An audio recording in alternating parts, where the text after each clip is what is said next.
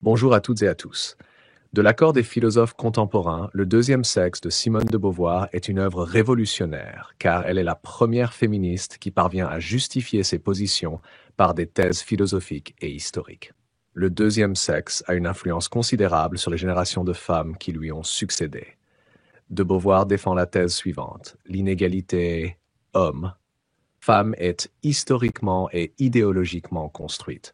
Les femmes doivent reprendre possession de leur destin, non en tant que femmes, mais en tant qu'hommes comme les autres. Ainsi, la femme ne doit plus être femme, autrement dit le sexe inférieur, l'autre, mais un homme.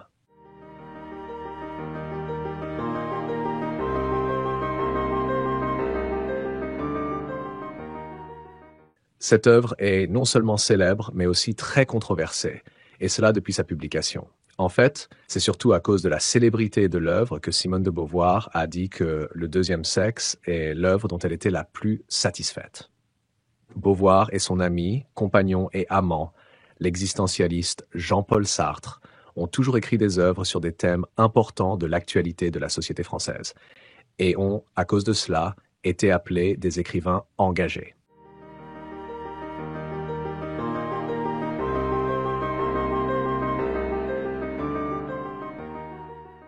Publié en 2 volumes en 1949, ce travail a immédiatement trouvé à la fois un public enthousiaste et des critiques très sévères.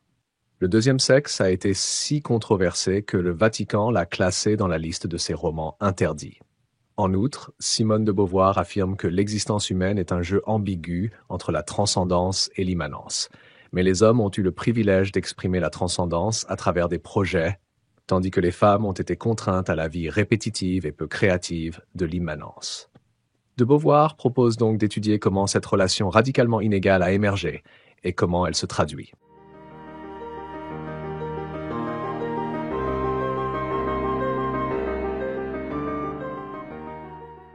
L'ouvrage est divisé en 2 grandes approches. Le premier livre enquête sur les mythes et réalités relatifs aux femmes générés par les points de vue anthropologiques, biologiques, psychanalytiques, matérialistes, historiques et littéraires. Dans chacune de ces analyses, de Beauvoir refuse le monisme causal. Aucun d'entre eux ne suffit à expliquer l'oppression de la femme par l'homme. Chacun participe de la construction de la femme comme autre de l'homme. Ainsi, les différences biologiques, grossesse, allaitement, menstruation, contribuent à la différence homme-femme, mais ne sauraient justifier la hiérarchie homme-femme. La biologie ou l'histoire sont toujours interprétées d'un point de vue partial, celui de l'homme.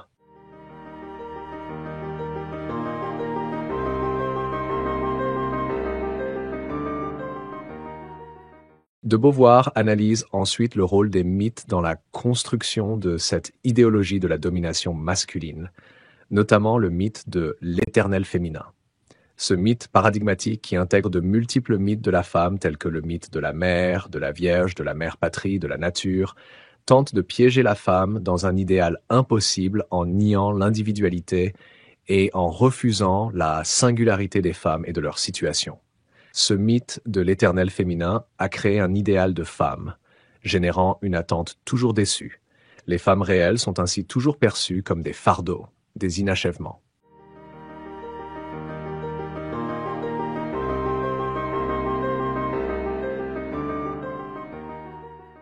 Le livre 2 commence avec la phrase la plus célèbre de Simone de Beauvoir: « On ne naît pas femme, on le devient ». De Beauvoir cherche à détruire l'essentialisme qui prétend que les femmes sont nées femmes, mais au contraire sont construites telles par l'endoctrinement social. De Beauvoir appuie cette thèse en retraçant l'éducation de la femme depuis son enfance, en passant par son adolescence jusque dans ses relations sexuelles.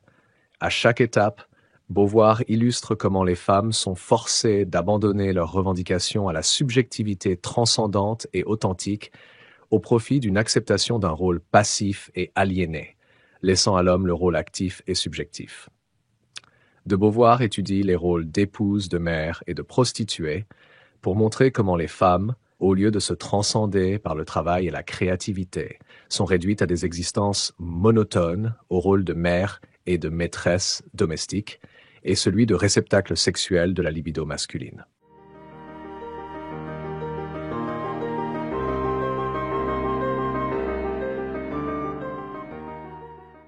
Cependant, un malentendu commun sur de Beauvoir consiste à croire que la femme n'est plus libre. Et il faut se souvenir que de Beauvoir est une philosophe existentialiste, autrement dit qu'elle considère la liberté ontologique des êtres comme absolue.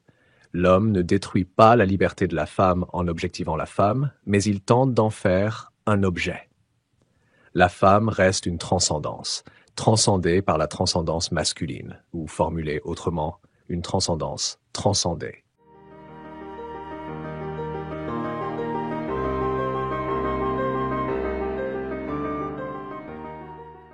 Néanmoins, et c'est là toute la complexité et la subtilité de l'analyse de Beauvoir, les femmes peuvent être responsables et participer à leur propre suggestion. De Beauvoir distingue ainsi trois conduites inauthentiques, Sartre dirait de mauvaise foi, dans lesquelles les femmes fuient leur condition de transcendance pour se fixer dans des croyances et des valeurs prédéterminées.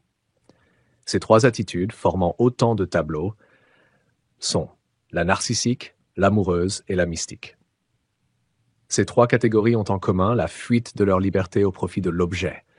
Dans le cas de la narcissique, l'objet est elle-même, dans celui de l'amoureuse, son bien-aimé, et dans celui de la mystique, l'absolu ou Dieu.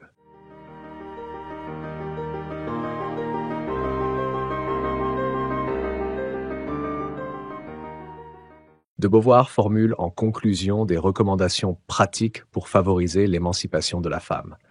Tout d'abord, elle exige qu'on permette à la femme de transcender à travers ses propres projets.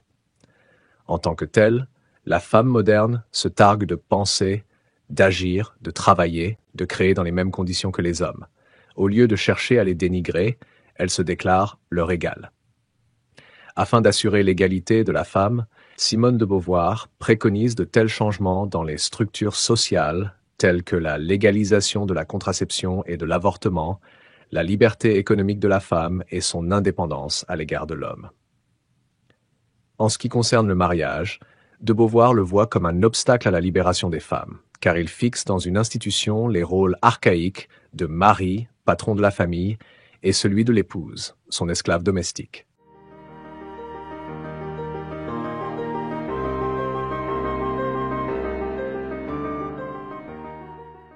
La citation la plus célèbre du deuxième sexe est « On ne naît pas femme, on le devient ». Elle signifie que les femmes apprennent à agir comme on attend qu'une femme se comporte dans sa culture. Ce rôle social féminin change en fonction des civilisations et des époques. La suite de cette citation est en effet la suivante. Aucun destin biologique, psychique, économique ne définit la figure que revêt au sein de la société la femelle humaine. C'est l'ensemble de la civilisation qui élabore ce produit intermédiaire entre le mâle et le castrat, qu'on qualifie de féminin.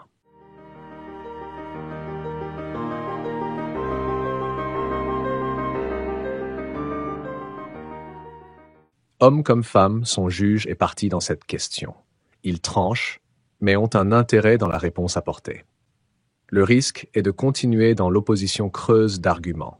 Beauvoir se réfère rapidement au paradoxe du Crétois, qui dit « tous les Crétois sont des menteurs ». Ce qu'elle souhaite souligner est le sophisme, qui consiste à réduire un être à des caractéristiques. Ainsi, ce n'est pas parce que nous sommes Crétois que nous mentons. L'homme et la femme sont en situation, plus ou moins incités à chercher la vérité et les causes de la situation à laquelle ils sont soumis. Nous retrouvons ici un déterminisme. Des causes agissent sur nous, et si nous voulons nous en libérer, il faut en prendre conscience. La femme prend conscience de son statut subi, autre par rapport aux hommes. Son but va donc moins être de revendiquer des droits, mais d'analyser le monde féminin afin de mieux articuler la politique à la réalité.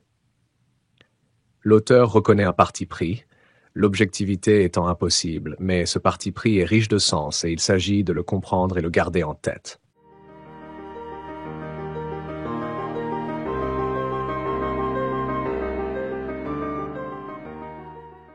Les critiques viennent en majorité des intellectuels conservateurs, des catholiques et des communistes. Entre les ennemis de l'existentialisme et personnes choquées des chapitres entiers consacrés à la sexualité féminine, le deuxième sexe n'est pas en pénurie de détracteurs. Le deuxième sexe de Simone de Beauvoir connaît un succès mondial et participe à un grand changement de mentalité. Pour Simone et Jean-Paul, tu as toujours le choix de devenir qui tu veux. Les excuses comme ton milieu d'origine compliqué ou ta génétique éclatée, ils n'en veulent pas, et ils appellent même ça de la mauvaise foi. Tu es condamné à être libre, implacable, mais aussi motivant d'une certaine façon.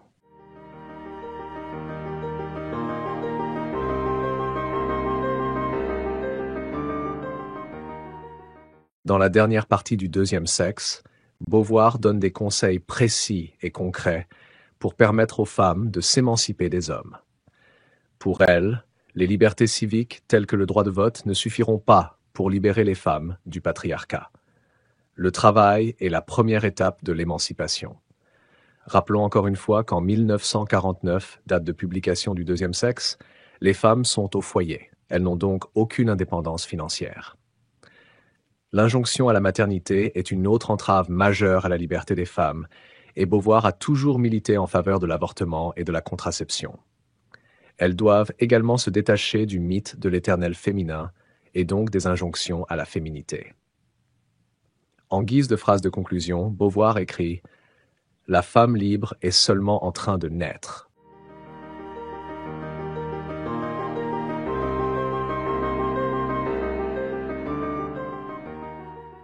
En mettant en cause les préjugés et les stéréotypes qui ont contribué à faire de la femme un objet et des hommes un sujet, un absolu, Simone de Beauvoir dépasse la simple revendication de droits réservés à la femme. Elle fonde les assises d'une réflexion qui alimentera toute son œuvre. La femme doit se différencier de l'homme. Avec Le Deuxième sexe, Simone de Beauvoir offre aux femmes à la fois l'occasion de dire leur propre histoire et de rejeter toute la mythologie bâtie autour de la féminité.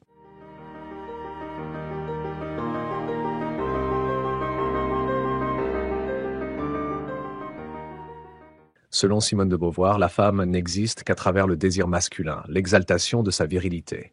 Il est sujet omnipotent, elle est l'objet, soit le lieu d'accomplissement de sa volonté. Elle ne se définit que pour et par lui. C'est donc à la lueur de la biologie et de la sociologie, de la psychanalyse aussi, que Simone de Beauvoir entreprend d'apporter une réponse. Dans l'optique qu'elle se donne, le complexe féminin de castration est aussi dû uniquement à une valorisation intense de la virilité. La maternité n'est qu'un phénomène culturel et l'instinct maternel ne saurait être inné. La conclusion en sera que la femme est de toutes les femelles mammifères, celle qui est le plus profondément aliénée à l'espèce et qui refuse le plus violemment cette attention. Seule l'égalité permettra de combler le fossé entre les deux sexes.